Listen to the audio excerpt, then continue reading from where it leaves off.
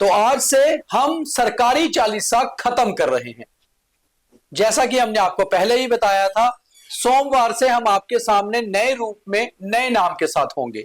Beyond the headlines, breaking से परे और खबर की तह तक बात करेंगे। और हमारे गेस्ट्स भी चेंज होते रहेंगे। मेरे साथ कभी हमारे सहयोगी editor in chief Pawan Sharma ji होंगे, कभी हमारे साथ अहमद अली फयाज कश्मीर से जुड़ेंगे और कभी कुछ और गेस्ट भी होंगे, मगर नए रूप में नए नाम के साथ आएंगे, मगर ब्रेकिंग से हटकर खबरों की तह तक आपको पूरी जानकारी देंगे। फिलहाल आज सरकारी चालीसा का आखिरी एपिसोड और आप लोगों ने बेहद प्यार दिया, जिसके लिए आपका बहुत शुक्रिया। उम्मीद है आप नाम बदलने के साथ इस कार्यक्रम को और ज्यादा शेयर करेंगे नए रूप में हमें देखते हुए। तो फिलहाल आज शुरुआत करते हैं सबसे पहले चीफ मिनिस्टर उमर अब्दुल्ला के बयान से। चीफ मिनिस्टर उमर अब्दुल्ला आज दिल्ली में थी। उन्होंने एक पहला इंटरव्यू दिया आज एक न्यूज एजेंसी को, और उसमें जो खास तौर पे कहा वो एक बड़ी बात थी। उन्होंने कहा कि there are 2 power centres in Jammu and Kashmir, यानी कि जम्मू कश्मीर में 2 पावर सेंटर्स हैं, एक राजभवन से चलता है, एक सीएम हाउस से चलता है। और ऐसा होने से कहीं ना कहीं it is a recipe of disaster. पहली बार लगता है उमर अब्दुल्ला थोड़ा से हार्ड हुए इस बात को लेकर कि आखिर स्टेटहुड वापस नहीं आ रहा, और केंद्र भी उसके ऊपर चुप्पी साधे है। पवन जी, लगता है उमर थोड़ा सा हार्ड हुए आज। बिल्कुल, डबल इंजन की सरकार चल रही जम्मू कश्मीर में, एक राजभवन से और एक सीएम सेक्रेटरीट से, दोनों तरफ से काम हो रहा है। लेकिन कहीं ना कहीं पीड़ा यह है कि अभी तक स्टेटहुड नहीं मिल पाई, कबीना का काफिला नहीं बढ़ा पाए, पावर्स जो चाहिए थी वो नहीं मिल पाई। उसका दुख तो रहता है कि सीएम रहते हुए भी कोई बड़े फैसले ना ले पाए, कोई बड़ी बैठक में तमाम लोगों के साथ बैठकर चर्चा नहीं कर पाए, ये दुख तो रहता है। तो वो दुख जो है वो झलका है कि ये रेसिपी ऑफ डिजास्टर है कि डबल, मतलब कि 2 जगह पे पावर बंटी हुई है। तो जाहिर सी बात है, जब आपकी ड्यूटी है तो 2 जगह पे रहेगी। दिल्ली में भी 2 जगह पे है, वहां पर भी लेफ्टिनेंट गवर्नर और मुख्यमंत्री है, यहाँ पर भी सेम सिचुएशन है। तो ये होता है, इसमें कोई, लेकिन जो लगातार व्यक्ति मुख्यमंत्री रहा हो पूरे रौब के साथ, काफिले के साथ, जब वो सिमट जाए तो फिर थोड़ा सा तो दुख होता ही है। और दूसरी ओर उनका यह भी कहना था कि कामकाज लोगों के नहीं हो पा रहे हैं, क्योंकि ड्यूल पावर सेंटर है, एक जगह से कोई फाइल अप्रूव होती है, वो बिल्कुल सही है, जगह से डिसअप्रूव हो जाती है। उससे मैं सहमत हूं, क्योंकि ब्यूरोक्रेसी हैवी है, वो लोगों के काम नहीं कर रही है। जो फाइलें सेक्रेटरीट में सीएम के पास या डिप्टी सीएम के पास जाती हैं, आखिर घूम घाम के फिर वो उन्हीं टेबलों पे जाती हैं जहां पर ब्यूरोक्रेसी बैठी हुई है, तो वहां से वो नहीं पास हो पाएंगी, लोगों के काम नहीं हो रहे हैं। इससे मैं सहमत हूं। आज मेरे साथ इस प्रोग्राम में 2 गेस्ट हैं। दूसरे गेस्ट हैं हमारे कंसल्टिंग एडिटर और एक सीनियर जर्नलिस्ट ज्योति बचनंदा जी। तो ज्योति जी, अमित शाह केंद्रीय गृह मंत्री 19 दिसंबर को दिल्ली में बड़ी बैठक को चेयर करेंगे जो जम्मू कश्मीर पे होगी। तो मुझे लगता है कि केंद्र का सीधा सीधा जो नजर है ना, वो जम्मू कश्मीर के हालातों पर है। देखिए, इसमें दीपक मैं ये कहना चाहूंगा कि गृह मंत्री जिस तरह ये बैठक को करने जा रहे हैं सिक्योरिटी को लेकर जम्मू कश्मीर को, तो मुझे ऐसा लगता है कि जो स्टेटहुड की बात चल रही है उसको, पूरा जम्मू कश्मीर को एक राज्य का दर्जा देने से पहले क्या परेशानियां आएंगी या क्या ऐसा हो सकता है, उसको लेकर भी इसमें चर्चा की जाएगी। और जो मौजूदा हालात है इस समय जम्मू कश्मीर के, उसको लेकर भी चर्चा होगी, क्योंकि आतंकवाद नो डाउट जब ये सरकार बनी है उसके बाद थोड़ा ज्यादा फैला है, उसको लेकर भी चर्चा होगी। लेकिन मुझे जो ज्यादा लग रहा है कि वो राज्य जो जम्मू कश्मीर को देने की बात कही जा रही है, जो दबाव बनाया जा रहा है, जो आज उमर अब्दुल्ला ने भी जिस तरह हार्श लैंग्वेज यूज की है, उसको लेकर भी इस पे चर्चा की जाएगी।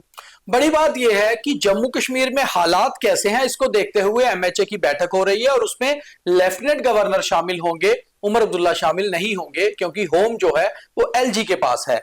पवन जी, इसके साथ जुड़ता हुआ एक और सवाल है, जब सुरक्षा की मीटिंग की बात हो रही है तो इन दिनों काफी सारी चीजें एनआईए के साथ साथ सीआई के और एसआईए भी बड़े जबरदस्त तरीके से कश्मीर में काम कर रहा है। और आज ही जेल से सिम मिले हैं, इसके पहले जेल से मोबाइल फोन मिले थे श्रीनगर में, और डिजिटल डिवाइस आज अनंतनाग की जेल से भी कुछ डिजिटल डिवाइस मिले हैं, और हमारा एक खास कार्यक्रम 9 बजे उस पर आएगा भी।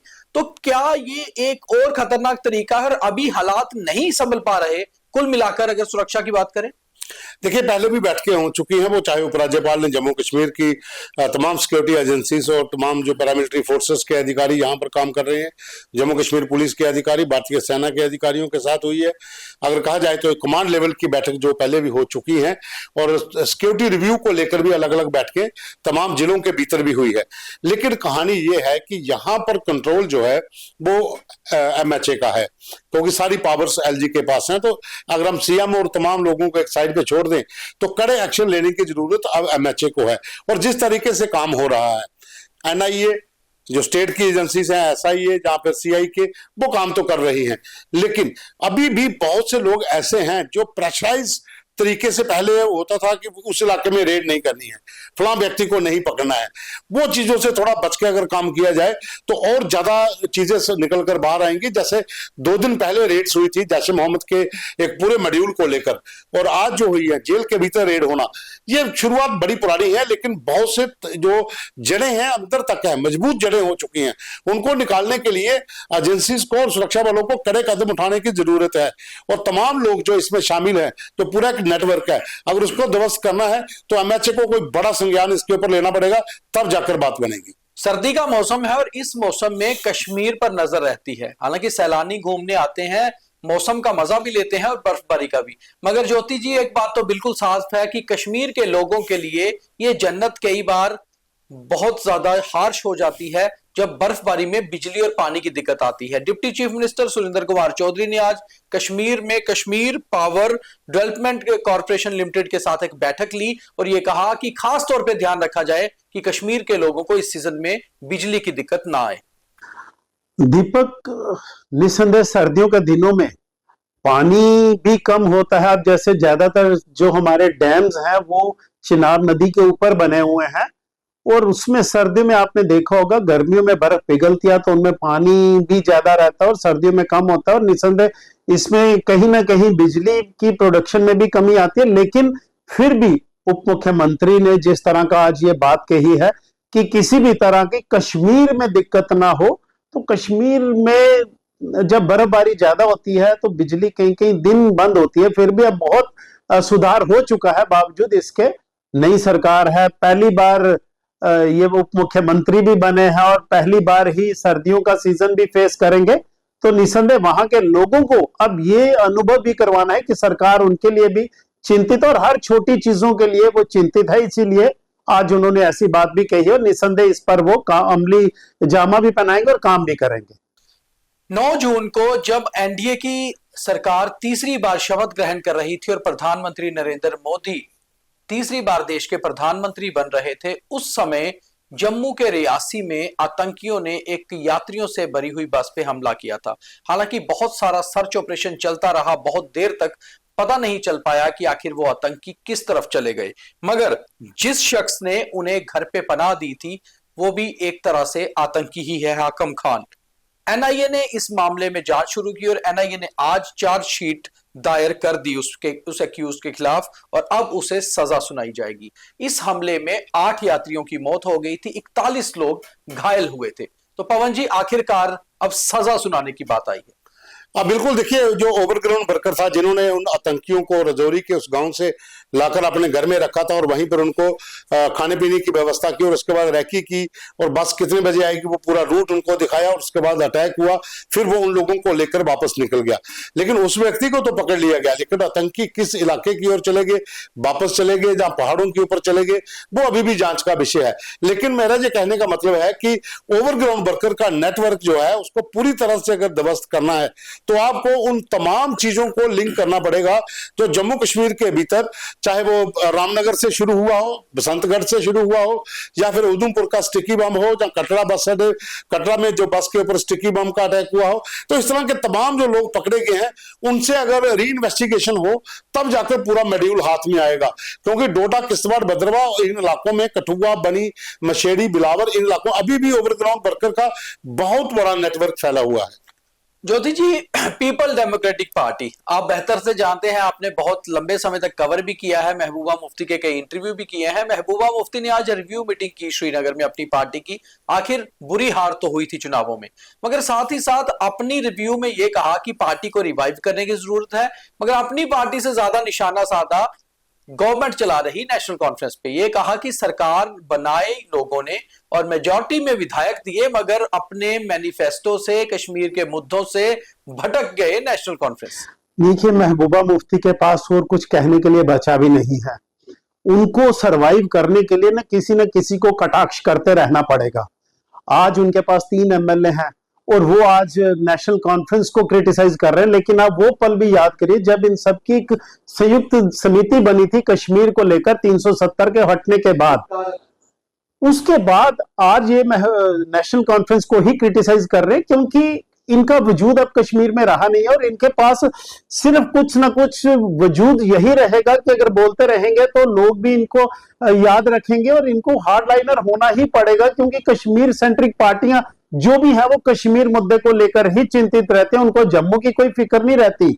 लेकिन आज इन्होंने ये बोला है कि ओमर अब्दुल्ला किसी ना इनकी डिमांड थी कि जो स्टेटहुड है उसको वापस लाने में असमर्थ हैं। लेकिन मैं कहता हूं महबूबा मुफ्ती को भी अभी नेशनल कॉन्फ्रेंस को कुछ समय देना चाहिए, क्योंकि अभी बहुत जल्दबाजी होगी किस तरह करना। भारतीय जनता पार्टी ने खुद ही कमिट किया है कि जम्मू कश्मीर को राज्य का दर्जा पुनः वापस दिया जाएगा, तो वो कमिटेड है और वो देंगे भी। और उमर अब्दुल्ला भी आज जिस तरह इसमें बड़े कटाक्ष उन्होंने किया था, तो उनको भी थोड़ा सा सब्र रखना चाहिए। तो पवन जी, डोडा में भी एक प्रहार हुआ है आतंकवाद के ऊपर। यूएपीए के तहत 7 लोगों पर पुलिस ने चार्जशीट की है और इसके पीछे डोडा पुलिस के एसएसपी संदीप मेहता का बड़ा योगदान है, बड़ा रोल है, क्योंकि ये काफी देर से लंबित पड़े थे मामले। सबकी इन्वेस्टिगेशन खत्म करा के इनकी चार्जशीट फाइल कर दी गई है। अब कोर्ट जो भी सजा दे वो सामने आएगी। देखिए, ये मामला एक बहुत बड़ा मामला है। डोडा किश्तवाड़ में जो लोग इसमें भद्रवाह के और डोडा के लोग हैं, 4 और 3 7 लोग। डोडा डिस्ट्रिक्ट, हाँ, डिस्ट्रिक्ट वही है। लेकिन इसमें एक चीज है, वहां पर एक जो इस चार्जशीट में एक व्यक्ति ऐसा है जो इस समय पीओजेके में बैठा है, मोहम्मद अमीन भट्ट उर्फ खुबैब। वो लश्कर तैयबा का ऑपरेशनल कमांडर है। ये उसी का पूरा नेटवर्क है। आपको अगर याद होगा तो जम्मू कश्मीर पुलिस ने एक बड़ा नेटवर्क तोड़ा था OGW का, जिसमें वेपन रिकवरी की गई थी, जो हीरानगर, कठुआ, सांबा साइड में जो ड्रोन ड्रॉपिंग हुई थी, जिसमें AK-47 भी थी, ग्रेनेड भी थे, बहुत मटेरियल। तो उसमें काफी लोगों को पकड़ा गया, वो उसी का नेटवर्क था। तो उसी के जो गुर्गे थे, अब उन लोगों के ऊपर चार्जशीट हुई है और साथ में उसका भी नाम उसमें शामिल है, क्योंकि डिस्ट्रिक्ट डोडा के भीतर अभी भी बहुत से लोग ऐसे हैं जो पीओजेके के भीतर ट्रेनिंग कैंपों के अंदर ट्रेनिंग ले रहे हैं। तो ये एक अच्छा स्टेप है और अगर नए एसएसपी पहुंचे हैं तो अगर इतनी जल्दी से कार्रवाई होगी तो कहीं ना कहीं नतीजा सही निकलेगा। तो धन्यवाद दोनों हमारे खास गेस्ट का हमारे साथ जुड़ने के लिए। आज के सरकारी चालीसा के आखिरी एपिसोड में इतना ही।